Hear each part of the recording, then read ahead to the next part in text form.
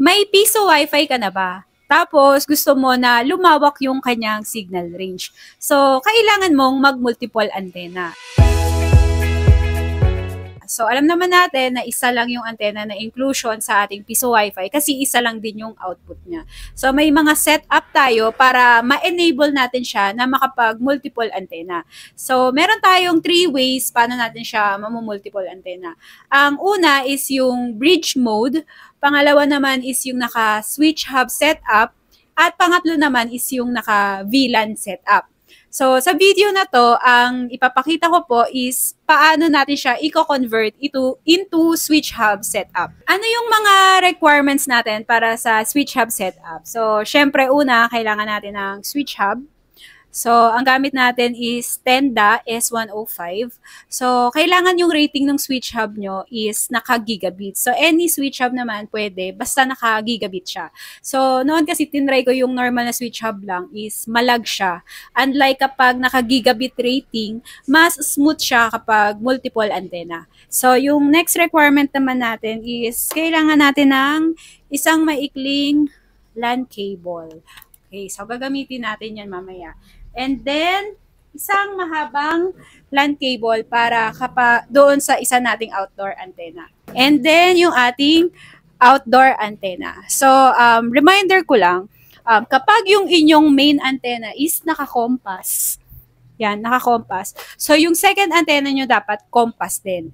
So, kailangan, importante na same brand sila. So, regardless of the model, okay lang magkaibang model, basta same brand. Kung naka-TP-Link ka, so yung second antenna mo is TP-Link. Kung ibang brand, same brand. So, regardless of the model, basta same brand. So, kasi may compatibility sa firmware yan, kaya kailangan na same brand. And kailangan po same yung name nila. Same yung case ng letters para yung transfer of time nagta-transfer siya between two antenna. Hindi magbabago yung time ni user. So kung ano yung time niya sa isang antenna, smooth na mata-transfer niya dun sa pangalawang antenna. So bago tayo mag-multiple antenna, i-config muna natin yung second antenna natin. So yun, di ba kanina in-advise ko sa inyo na dapat same name yung first antenna natin sa second antenna. Pero for the sake of visualization, ibahin ko muna yung pangalan niya. So paano natin siya sa setup ganito? Ito yung second antenna natin. So, para ma-set up natin siya, kailangan naka-power on syempre. So, ito yung power adapter ng compass. So, meron na siyang kasamang kable. Isa dito sa kanyang supply. So, para yan dito. Tapos, itong mahabang LAN cable, so ipa-plug natin siya sa PoE. Yan, sa PoE. Yan. Pagka-plug natin sa PoE, yung kabilang side, ipa-plug natin siya sa compass.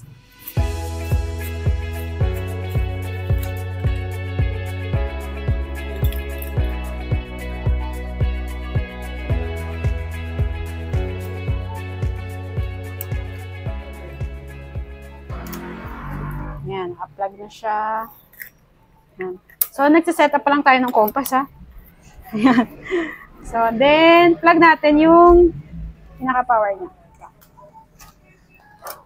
Yan. Tapos, yan, wait natin na magkaroon ng ilaw dito. So, okay na, naka-on na yung compass natin. Kukonect tayo para i-config siya. Yan. So, ang kanyang default name ay compass. Tingnan natin siya. Compass. Yan. Tapos, config natin siya ng config natin yung kanyang settings. So, 192.168.10.1. Password admin. Tapos, click nyo yun dito. Wizard. AP mode. Next. Tapos, edit nyo yung SSID na dapat same doon sa inyong first antenna. So, ako, ibahin ko siya for the sake of, yun nga, visualization. Then, later on, pwede ko naman siya i-rename para iparehas talaga yung pangalan. Then, next, finish. Yan. So, after nyan, make sure na matapos yung mag-loading yan para makomplete yung setup. After nyan, i-off natin sabay si second compass tsaka yung ating piso Wi-Fi. So, yan. Habang naka-off yung ating piso Wi-Fi. Yan. Hanapin nyo yung pwesto ng pagitan ng PoE ng compass at yung USB to LAN. Kasi dito natin isisingit yung ating switch hub. So, ito yung PoE at yung switch hub. Tatanggalin ko to. Okay? So, naka-disconnect na siya. And then, dito papasok yung kailangan nating maikling LAN cable. So, ito yung ipapalit ko dito sa USB to LAN. Tapos, saka ko isisingit si switch hub. So, maglalagay ako ng isa. Okay. So, from switch hub, pumunta sa switch hub, nagkaroon tayo ng available na 4 slots. So, ngayon, dito ko ibabalik si PoE adapter ni Compass. So, lagay tayo ng isa dito. So, ito na yung main compass mo. Balik tayo dun sa second compass. So, ito yung PoE nung ating second compass. Kung mapapansin nyo, may available slot pa dito na LAN. So, yung kasama niyang LAN cable na, ito, yung kulay gray, yung maikli rin. So, plug natin to. Tapos, dito rin kay switch hub. Ayan. And then last, syempre, ipa-power on na natin yung ating piso Wi-Fi, yung second compass, pati yung ating switch hub. Yun. So, kung mapapansin nyo, magulo pa yung wiring natin. Pag okay na, saka na lang ayusin na magkakasya siya sa loob. So, yan na. Ipa-power on ko na yung tatlo. Yung piso Wi-Fi, yung switch hub, pati yung compass. Yan. So, wait na lang natin na mag-boot siya.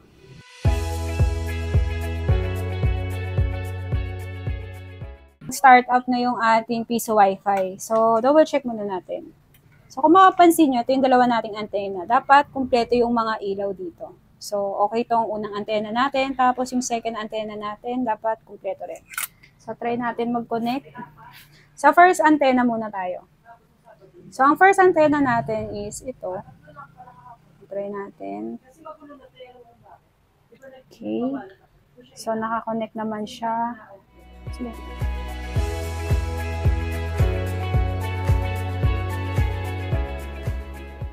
Ayan. So, ito yung ating portal. Try naman natin sa ating piso Wi-Fi 2. Ayan.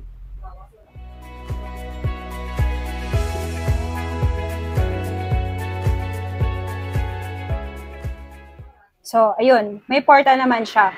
So, okay, working yung ating second and first antenna. So, after niya na-prove ko na okay na siya, saka ko i-rename si second antenna ng same na magkapangalan sila. Kung gusto mong pag-usapan natin yung bridge tsaka VLAN setup, mag-comment ka lang sa video na to.